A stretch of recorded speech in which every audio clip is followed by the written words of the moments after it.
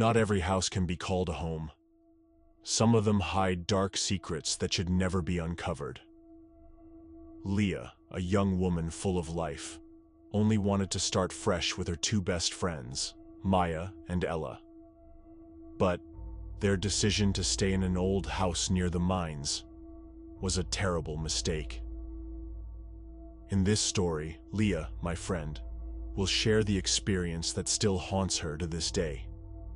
Because even now, she remains deeply traumatized. To others, Leah's life may seem ordinary. Going to work, enjoying weekends, laughing with her friends. But beneath it all, there's a story that still lingers in her mind. This isn't just a tale about a haunted house or the horrors of living in a remote place. This is a story about how they faced something that defies all logic. Leah said, "The nights in that house near the mines weren't just nightmares. They were warnings from something that should never be disturbed."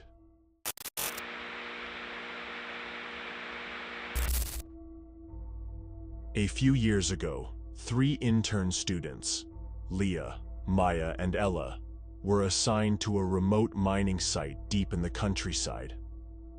The place was far from any crowds, with only a few small houses for the miners.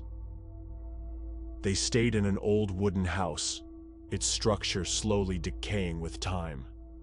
The house had 2 rooms, one for the 3 of them, and another for the housekeeper, a middle-aged woman named Martha, known for being quiet and reserved. But there was one small room that remained tightly locked.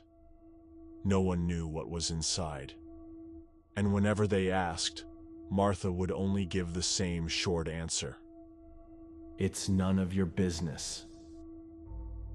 Aside from that, the shared bathroom for both the miners and the house residents was about 10 meters away from their house.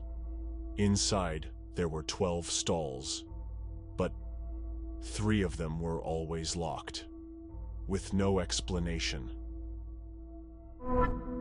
The first day went by without any trouble. Martha gave them a short welcome, but with a warning. She told them not to try opening the small room in the house, or the locked stalls in the bathroom. "Just follow the rules here," she said, her voice flat and emotionless.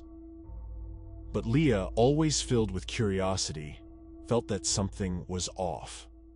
That night, as she lay in bed, she heard the sound of footsteps echoing in the hallway. At first, she thought it was Martha, but when she peeked outside her room, the hallway was empty. The next morning, Leah told them what she had heard. Maya just laughed, saying that Leah was probably just too tired. But Ella started to feel uneasy. That night, the strange occurrences happened again. As they were talking in their room, the lights suddenly went out. Only for a few seconds, but in the darkness they heard footsteps, this time heavier, like someone wearing large boots. The footsteps stopped right in front of their door. Maya held Ella's hand tightly, while Leah carefully gathered her courage to open the door. There was no one outside, but an icy chill rushed into their room, sending shivers down their spines. During the day, Leah started to notice something strange. Martha often talked to herself, always near that small, locked room. Her voice was soft, as if she were speaking to someone. Leah tried to get closer, wanting to hear more clearly. But the moment Martha noticed her presence, she immediately fell silent and walked away. That night, Leah decided to keep an eye on that locked room. She sat in the living room, staring at the small door, until she started to hear something. Whispers. Soft, almost like a prayer. The whispers continued, growing louder, becoming more urgent, until finally, they sounded like the moans of someone in pain. Leah moved closer to the door, trying to listen more clearly. But suddenly, the sound stopped. A chilling silence filled the room, and in that moment, she felt it. There was something behind the door, watching her back. Maya started to feel uneasy. In a hushed voice, she said, "Last night, when she was using the bathroom, she heard knocking, slow, from one of the locked stalls. I tried to ignore it," she said, "but as I was walking out, I saw something, a dark figure in the mirror." Ella froze. Her face grew even paler. She swallowed hard, before finally speaking in a whisper. "The night before, I experienced something too. Someone called my name. From outside our bedroom window, she peeked outside, but all she saw was darkness." That night, the sound of footsteps echoed once again on the roof. This time they were louder, circling over and over, as if someone was pacing back and forth up there. Leah, fed up with all the strange events, decided to try opening the small, locked room. But as she approached the door, a chilling cold wrapped around her body. Suddenly, the door began to tremble, as if something inside was trying to get out.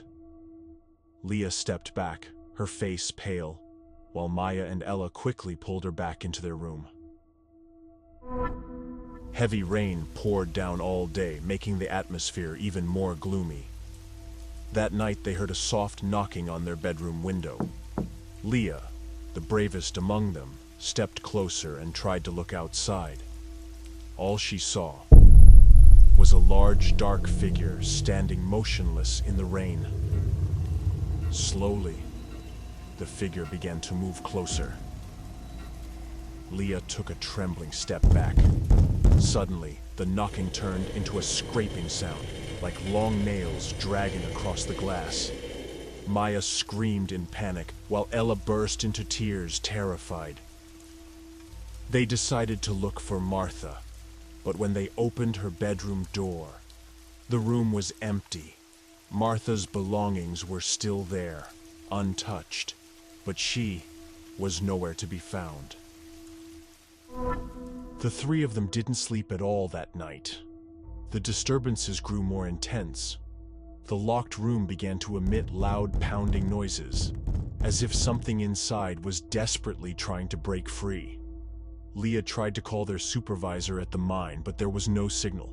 That night, the footsteps returned. They grew closer, closer, until they stopped right outside their door. Then, a knock, slow at first, but growing louder, louder, until the door shook under the force. Leah gathered her courage and opened the door, but there was no one there. Yet on the corridor floor, wet footprints, leading directly to the locked room, stopping right in front of the door, and then vanishing. Leah made up her mind. She was going to open that locked room, no matter how much Maya and Ella begged her not to. With a kitchen knife clutched tightly in her hand, she forced the door open. Inside, a small altar stood in the corner, surrounded by melted candle stubs. A photograph of an old man, his eyes piercing and unsettling, stared back at them. and in the center of the room, a large mirror. Its surface cracked right in the middle. As Leah stepped closer, a freezing chill wrapped around her. She looked into the mirror and saw herself, but her reflection did not move. Then, it smiled, a wide, unnatural grin, its eyes turning pitch black. The mirror shuddered.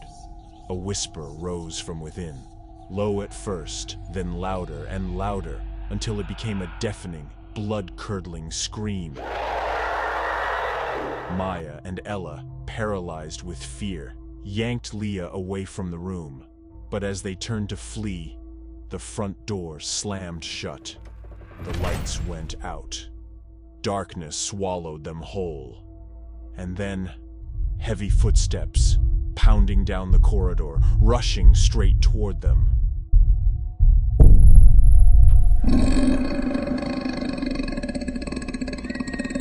"What is that?" Ella screamed, sobbing. Something emerged from the small room. A massive black shadow, its glowing red eyes burning in the darkness, its long, razor-sharp claws scraping against the wooden floor. It crawled closer, filling the air with a putrid stench and an icy chill that sent shivers down their spines. Leah gripped the knife in her trembling hands. "We have to get out of here! Now!" she cried. They raced toward the front door, but the creature blocked their path. Maya, fueled by sudden desperation, grabbed a candle from the altar inside the small room and hurled it at the creature. The tiny flame flickered, and for a moment, the creature recoiled. It was only a second, but it was enough. They threw open the door and ran for their lives. As they bolted out of the house, the creature's wretched screeches grew louder. The shadowy figure chased after them, leaping between the trees, its icy presence clinging to their backs. Maya tripped over a tree root, and for a terrifying moment, the creature nearly snatched her. But Leah grabbed her arm and yanked her up with all her strength. "We have to get to the mine! There must be people there!" Leah led the way, pushing through the darkness, toward the only place that might have light and life. But when they arrived, the mine was empty. Tools lay scattered across the ground, but there was no sign of life. They ran to a small storage shed and locked themselves inside. Outside, the creature slammed against the door, shaking the fragile wooden walls. Through the gaps in the planks, they could see its glowing red eyes burning in the darkness. Leah's hands trembled as she grabbed a gasoline canister and a box of matches from a dusty shelf. "If this is our last chance, I'll burn it down." Her voice wavered, but her grip tightened. They held their breath. The pounding stopped. Silence. Cautiously, they cracked the door open, and the creature lunged.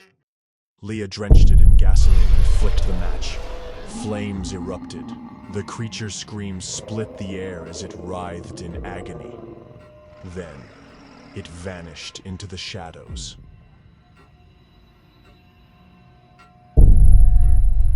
At dawn, the locals found them near the mine, dirty, wounded, barely conscious. When they told their story, no one believed them. The house still stood, but now no one dared to enter. For weeks, Leah didn't speak. She just sat in her room, staring at nothing. Maya woke up screaming in the middle of the night, trapped in endless nightmares. Ella left the mining world for good, returning to her hometown, far from anything that could remind her of that night. But every time they heard knocking in the dead of night, a chill ran down their spines. And Leah, the most broken of them all, would whisper, "It's not over. It's still there, waiting for us to come back." To this day, all three women remain in therapy, struggling to escape their trauma. But no matter how much time passes, that shadow, those red eyes, they still lurk in the darkest corners of their minds.